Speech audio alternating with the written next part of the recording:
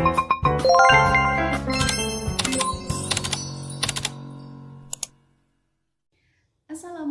warahmatullahi wabarakatuh. Selamat pagi semuanya. Alhamdulillah, pagi ini kita semua masih diberikan kesempatan untuk mengikuti pembelajaran seperti biasanya. Ibu berharap pagi ini kalian semua bisa belajar dengan semangat, fokus, dan bahagia.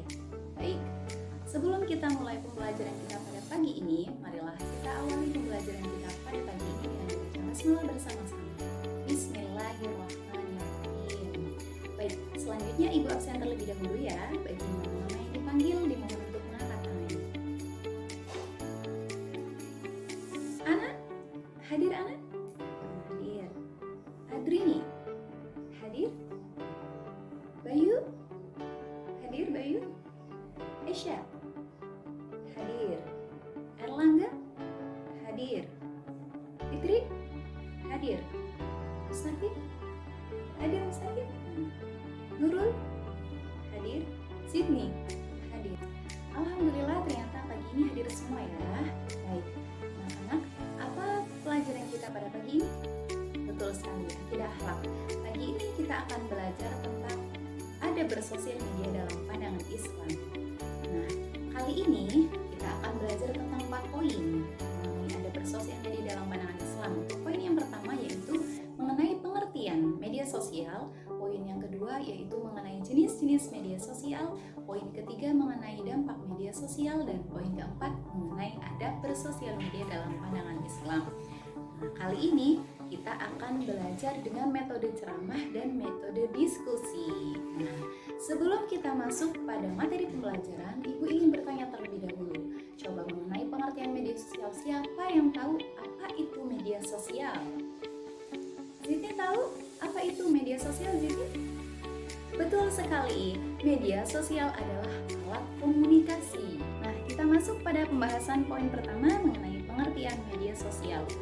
Media secara bahasa atau secara harfiah berarti alat atau sarana komunikasi seperti koran, majalah, radio, televisi, poster, spanduk, dan lain-lain. Banyak sekali contoh dari media. Sedangkan kata sosial itu berkenaan dengan masyarakat. Jadi media sosial adalah sarana yang digunakan oleh orang-orang untuk berinteraksi satu sama lain dengan cara menciptakan, berbagi, atau saling bertukar informasi dan gagasan dalam sebuah jaringan komunitas virtual. Atau mungkin lebih singkatnya, media sosial adalah sarana komunikasi secara virtual. Paham anak-anak? Baik, kita lanjut ya anak-anak. Untuk poin kedua mengenai jenis-jenis media sosial. Jenis-jenis media sosial yang akan kita pelajari pada pagi ini ada 6 jenis. Yang pertama adalah collaborative project, yang kedua adalah blogs, yang ketiga ada content communities, yang keempat ada social networking sites, yang kelima ada virtual games world, dan yang keenam ada virtual social world. Nah, kita masuk pada jenis media sosial yang pertama yaitu mengenai collaborative project.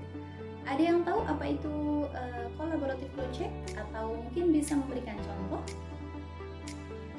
Ya, Bayu bisa? Apa Bayu contohnya? Contoh dari collaborative project? Betul sekali, Wikipedia. Jadi Wikipedia itu termasuk dari contoh collaborative project. Nah, apa sih collaborative project? Collaborative project merupakan suatu media sosial yang dapat membuat konten. Khalayak pun dapat mengakses konten tersebut secara global. Contohnya adalah tadi yang disebutkan oleh Bayu, Wikipedia. Jadi collaborative project adalah sebuah sosial media yang dapat membuat konten, dan konten tersebut bisa diakses oleh khalayak umum. Nah, jenis media sosial yang kedua yaitu blogs. Apa sih itu blogs? Blogs adalah website atau jurnal online yang memuat beragam informasi seperti foto, video, atau bahkan artikel. Nah, berita tersebut itu selalu diperbarui secara rutin.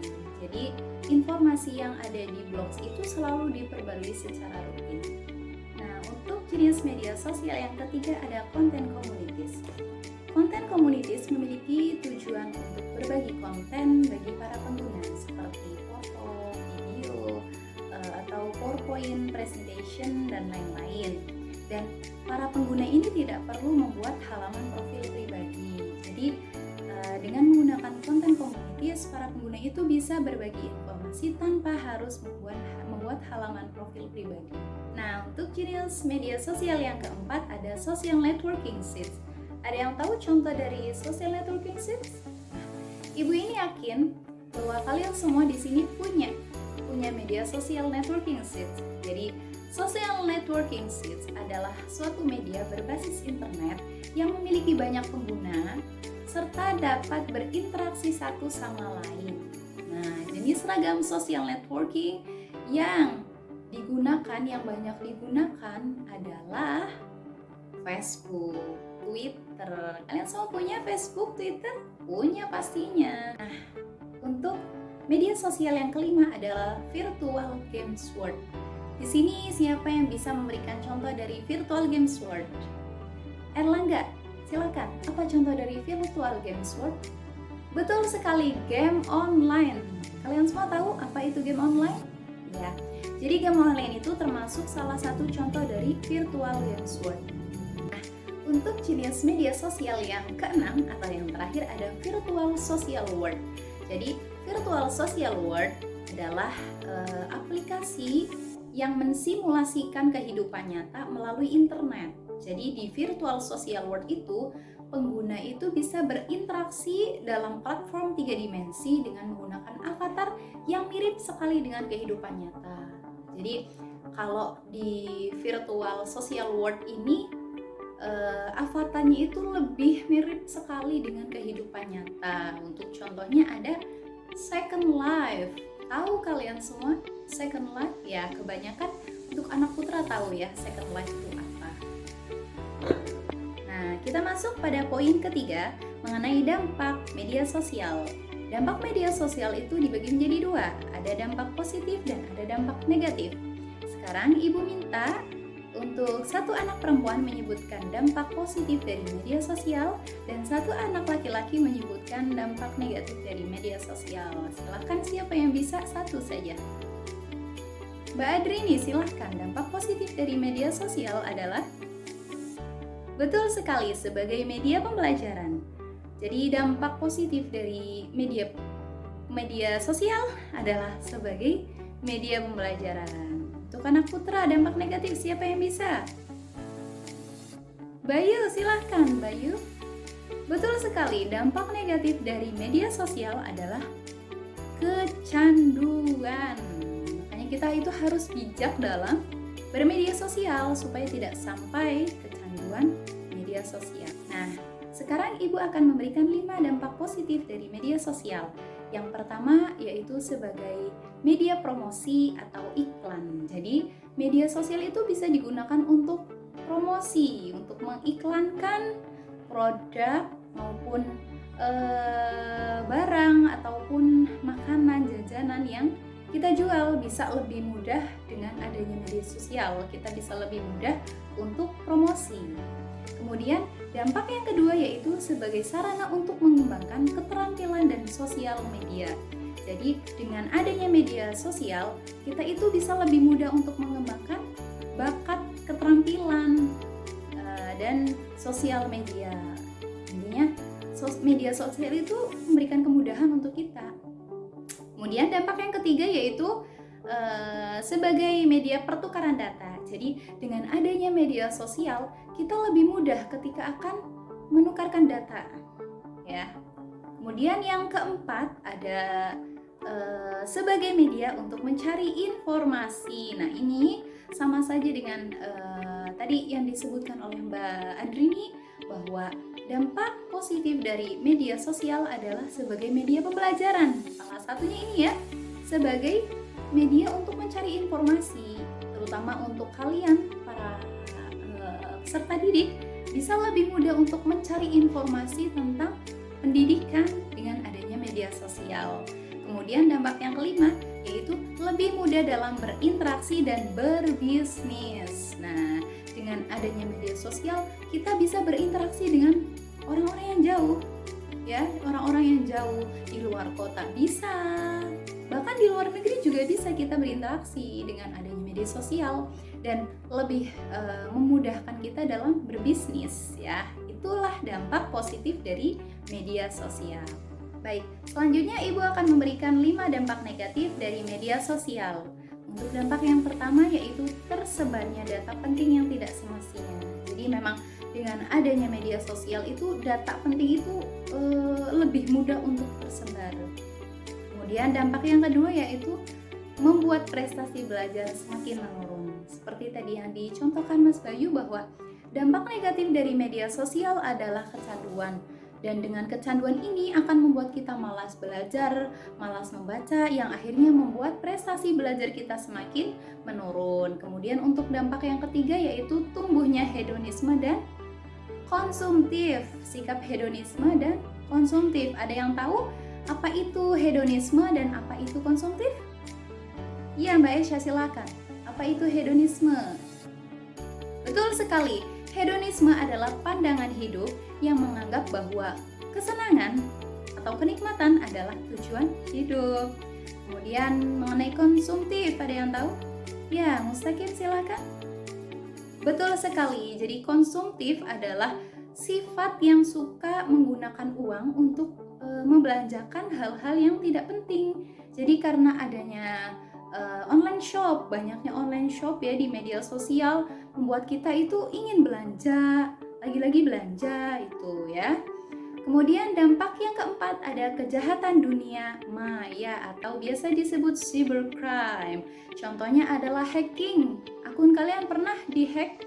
Itu contoh dari kejahatan dunia maya. Kemudian dampak yang kelima yang tadi seperti Mas Bayu sebutkan yaitu kecanduan. Nah, dampak negatif dari adanya media sosial itu kecanduan. Maka dari itu kita harus lebih bijak dalam bermedia sosial ya, sehingga tidak sampai pada kecanduan. Nah, kita lanjut pada poin keempat mengenai adab bersosial media dalam pandangan Islam. Di sini dibagi menjadi 2 poin lagi ya. Poin yang pertama yaitu mengenai bersosial media dalam pandangan Islam. Nah, yang pertama yaitu dalam bermedia sosial itu kita harus tabayun atau cek dan recheck. Jadi dalam bermedia sosial kita harus cek dan recheck mengenai berita yang ada, tidak asal percaya pada berita yang ada ya. Yang kedua yaitu menyampaikan informasi dengan benar. Nah, dalam bermedia sosial itu menurut pandangan Islam kita harus menyampaikan informasi sesuai dengan fakta. Jangan sampai berita itu berita hoax yang kita sebarkan ya. Kemudian yang ketiga yaitu media sosial digunakan untuk amar ma'ruf nahi mungkar yang menjamin dan mengatur kebebasan berekspresi. Jadi menurut pandangan Islam media sosial itu seharusnya digunakan sebagai amar ma'ruf nahi mungkar, berbuat kebaikan dan mencegah kemungkaran. Kemudian yang keempat, tidak digunakan untuk mengolok-olok orang lain ya. Jadi dalam bermedia sosial itu jangan sampai kita menggunakan media sosial itu untuk mengolok-olok atau mencemooh orang lain, jangan sampai ya. Kemudian yang kelima yaitu tidak digunakan untuk menebar fitnah atau menyebarkan berita palsu atau berita hoax. Jadi dalam bermedia sosial itu kita harus bisa benar-benar menyaring mana berita yang benar, mana berita hoax ya. Jangan asal percaya pada berita yang ada. Itulah bersosial media dalam pandangan Islam. Nah, kemudian masuk pada poin kedua mengenai adab bersosial media dalam pandangan Islam. Di sini yang pertama, gunakan sebagai media pembelajaran. Seperti tadi yang disebutkan Mbak Adri, bahwa seharusnya kita itu memanfaatkan media sosial itu khususnya bagi para peserta didik ya, digunakan untuk media pembelajaran, untuk pendidik dan peserta didik ya, bisa digunakan sebagai media pembelajaran.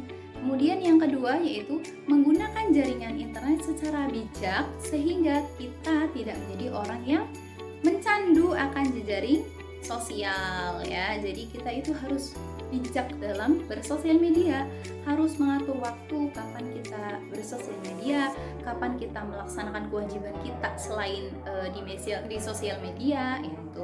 Kemudian yang ketiga yaitu gunakan untuk berbagi informasi penting. Jangan untuk biasanya untuk curhat gitu ya. Siapa di sini yang biasa curhat di media sosial? Jangan. Jadi sebisa mungkin kita harus bijak, harus tahu mana yang seharusnya kita sebarkan melalui media sosial, mana yang bersifat privasi, mana yang bersifat umum ya. Kemudian yang keempat yaitu menyalurkan hobi. Jadi kita gunakan media sosial itu untuk menyalurkan hobi. Yang hobi menulis bisa disalurkan, yang hobi menyanyi bisa ya upload video melalui media sosial. Kemudian yang kelima, mengimplementasikan sosial media dan dengan baik dan benar, gunakan peluang yang ada sebagai sarana positif. Jadi kita harus bisa menggunakan sosial media itu sebaik mungkin sebagai sarana positif kita. Jangan sampai dijadikan sebagai sarana negatif kita untuk berbuat hal-hal yang tidak baik. Alhamdulillah, pembelajaran kita pada pagi ini telah selesai. 4 poin telah tersampaikan mengenai pengertian media sosial, jenis-jenis media sosial, dampak media sosial, serta adab bersosial media dalam pandangan Islam.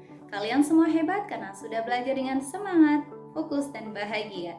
Ibu berharap kalian selalu semangat dalam belajar. Marilah kita tutup pembelajaran kita pada pagi ini dengan membaca hamdalah bersama-sama. Alhamdulillahirabbil alamin. Sekian dari Ibu. Wassalamualaikum warahmatullahi wabarakatuh.